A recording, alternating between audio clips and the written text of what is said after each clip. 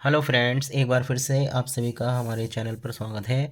और इस वीडियो में मैं बात करूंगा कुछ इम्पोर्टेंट सेंटेंसेस की। और यहाँ पर मैंने उसके बारे में हेडिंग लिखी है कि study the examples and tell the kind of the following sentences. यानी जो सेंटेंसेस हम यहाँ पर लिखे हुए देखेंगे अभी, तो उनको देखना है, स्टडी करना है और उनका टेल द काइंड का मतलब होता है उनका काइंड बताना है, यानी कि किस तरह के सेंटेंसेस हैं। पिछली वीडियो में आपको बताया था कि सेंटेंस जो होते हैं वो 5 तरह के होते हैं। नंबर 1 पर बताया था आपको असर्टिव असर्टिव सेंटेंस। दूसरा बताया था आपको इंटेरोगेटिव इंटेरोगेटिव सेंटेंस, ठीक है। तीसरा बताया था आपको imperative imperative sentence, assertive, interrogative, imperative. चौथा बताया था आपको एक्सक्लेमेटरी एक्सक्लेमेटरी सेंटेंस। और पांचवा बताया था आपको ऑप्टेटिव और ऑप्टेटिव सेंटेंसेस। ये 5 तरह के सेंटेंसेस हमने पिछले वीडियो में बात की थी। तो अब यहाँ पर कुछ मैं एग्जांपल्स लिखूँगा, जैसे the sun sets in the west. अब हमें ये बताना है कि सेंटेंस किस तरह का है। The sun sets in the west, इन पाँचों में से ये कौन सा सेंटेंस है? असर्टिव है, इंटेरोगेटिव है, इम्पेरेटिव है, एक्सक्लेमेटरी है या ऑप्टेटिव है? तो देखिए, ये जो है यहाँ पर एक बात बताई जा रही है, द सन सेट्स यानी सूरज छिपता है इन द वेस्ट, पश्चिम में। तो ये एक सिंपल स्टेटमेंट हो गया।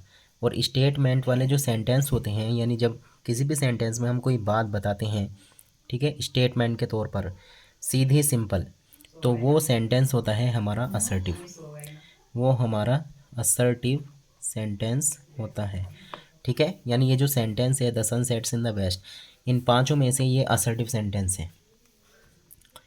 नंबर 2 हमारा सेंटेंस है Sita is not a good girl. तो यहाँ पर बात की जा रही है कि सीता एक अच्छी लड़की नहीं है। सीता एक अच्छी लड़की नहीं है, तो ये भी एक सिंपल स्टेटमेंट के तौर पर बात है।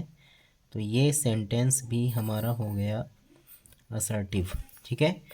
मैं इनकी हिंदी भी यहाँ पर लिख रहा हूँ। The sun sets in the west, इसका मतलब है सूरज पश्चिम में छिपता है, ये इसकी हिंदी हो गई। और ये जो सेंटेंस है Sita is not a good girl, इसकी हिंदी है सीता एक अच्छी लड़की नहीं है। ये दोनों ही सेंटेंस हमारे असर्टिव हैं, क्योंकि इसमें एक सिंपल स्टेटमेंट की बात की गई है।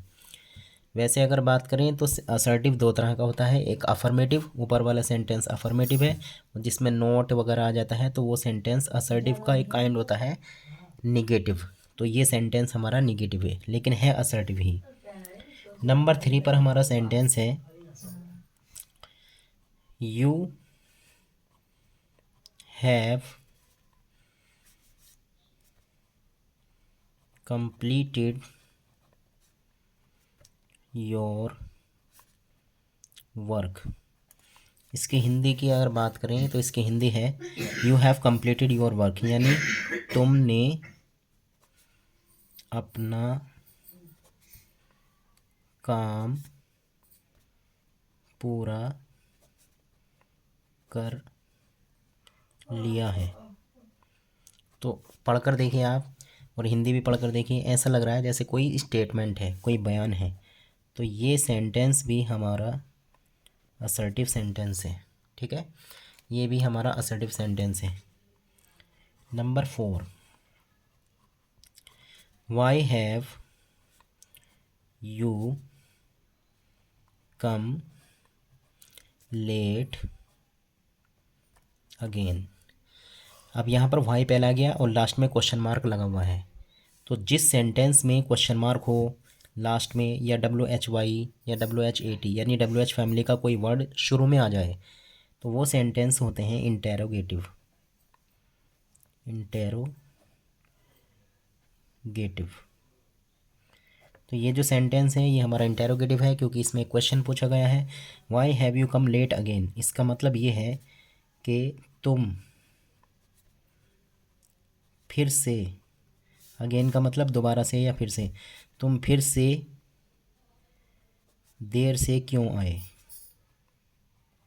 क्यों आए हो। वाई आ गया तो वाई का मतलब होता है क्यों, तुम फिर से देर से क्यों आए हो। Why have you come late again, why have you come late again.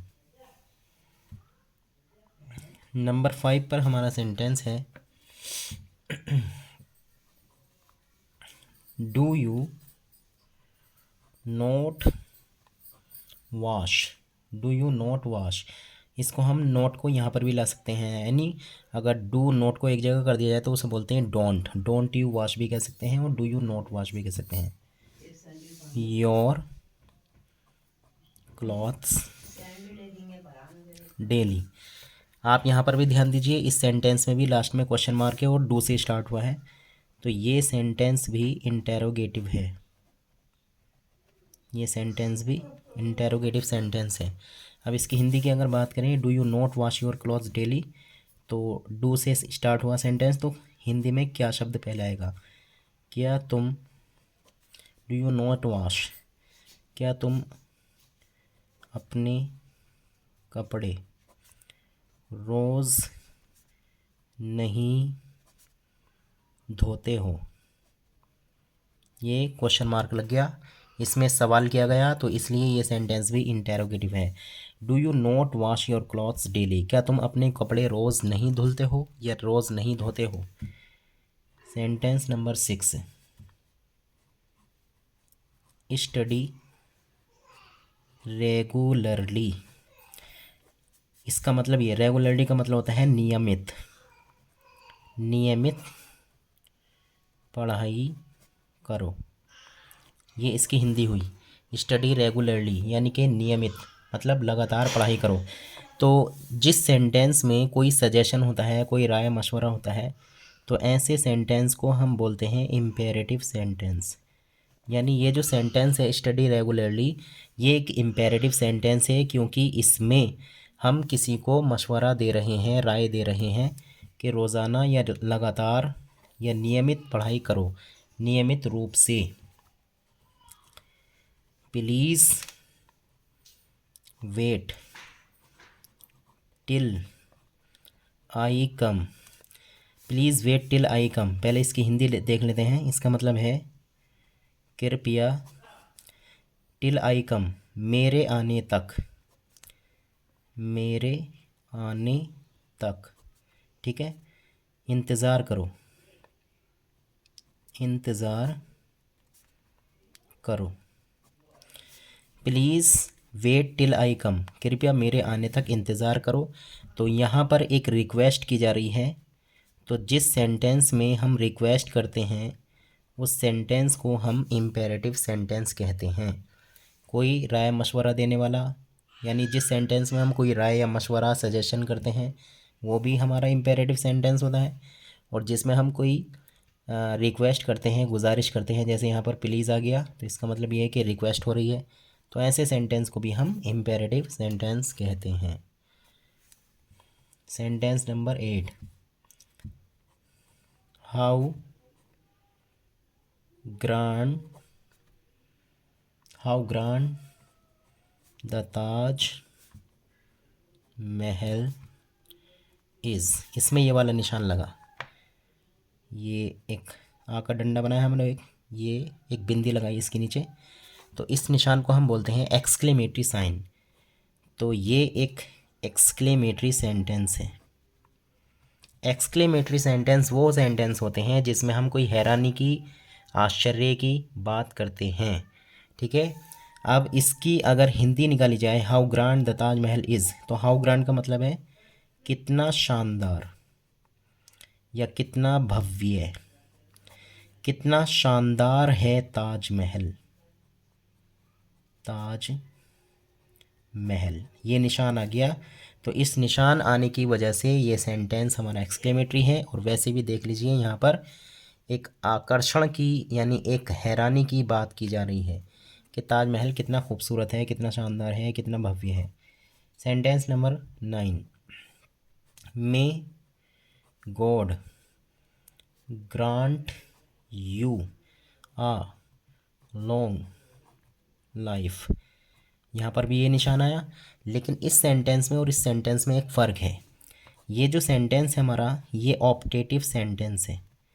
Optative sentence वो होता है जिस सेंटेंस में हम किसी को कोई दुआ देते हैं, ठीक है, कोई इच्छा या कामना या आशीर्वाद देते हैं, या इच्छा करते हैं, कोई कामना करते हैं, या किसी को अभिशाप देते हैं, जैसे यहाँ पर। और सेंटेंस मे से शुरू होते हैं, ज़्यादातर ये वाले सेंटेंस मे से शुरू होते हैं, जैसे may god grant you a long life. Long life का मतलब होता है लंबी ज़िंदगी। तो अब यहाँ पर अगर इसकी हिंदी मीनिंग की बात करें तो इस तरीके से कि मेरी दुआ है कि ईश्वर आपको लंबी उम्र दे, या फिर ऐसा भी कह सकते हैं कि ईश्वर अल्लाह आपको लंबी उम्र दे। ये दुआ है, ईश्वर आपको लंबी उम्र दे। तो इस सेंटेंस को आप खुद ही देख लीजिए कि ये जो सेंटेंस है एक दुआ वाला सेंटेंस बन गया, और जो दुआ बद्दुआ वाले सेंटेंस होते हैं वो सेंटेंस हमारे होते हैं optative sentence. Do not make a noise here. तो यहाँ पर ये डू नॉट वाला सेंटेंस है। डू नॉट मेक यानी मत करो, do not make a noise शोर मत करो, हेयर मीन्स यहाँ। तो हम यहाँ पर एक ऑर्डर भी कह सकते हैं इसको, एक रिक्वेस्ट भी कह सकते हैं, या एक राय भी कह सकते हैं, ठीक है। Do not make a noise here यानी कि यहाँ शोर मत करो। तो ऐसे सेंटेंस को मैंने अभी थोड़ी देर पहले भी आपको बताया था कि ये सेंटेंस भी आपका इम्पेरेटिव सेंटेंस होगा, क्योंकि हम इसमें एक ऑर्डर कर रहे हैं, एक कमांड दे रहे हैं कि do not make a noise here, यहाँ पर शोर मत करो।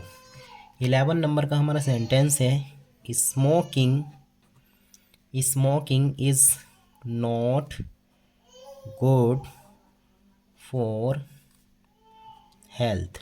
इसका मतलब ये हो गया कि स्मोकिंग कहते हैं बीड़ी सिगरेट पीना। बीड़ी सिगरेट पीना या धूम्रपान करना सेहत के लिए अच्छा नहीं होता है। तो ये सेंटेंस एक सिंपल स्टेटमेंट वाली बात हो गई। तो ये सेंटेंस हो गया हमारा असर्टिव सेंटेंस, ठीक है, असर्टिव सेंटेंस। और हाउ हॉरिबल, हाउ हॉरिबल ये निशान आ गया इसमें। तो इस हाउ हॉरिबल इसका मतलब ये हो गया कितना भयानक, कितना भयानक। तो ऐसे सेंटेंस को हम बोलते हैं एक्सक्लेमेटरी सेंटेंस। तो फ्रेंड्स, मैंने आपको इस वीडियो के ज़रिए बताया कि सेंटेंस की पहचान कैसे करते हैं, किस तरीके से उनको समझा जाता है। मैंने यहाँ पर हिंदी भी लिख दी थी और इंग्लिश भी, दोनों चीज़ों में आपको बताया। और ये भी आपको मैंने बताया कि सेंटेंसेस कितने तरह के होते हैं। ये वीडियो बहुत ही इम्पोर्टेंट है स्टूडेंट्स के लिए। प्लीज़ इसको लाइक भी करें, शेयर भी करें, और चैनल पर आप नए हैं तो सब्सक्राइब भी कर लें। Thanks for watching.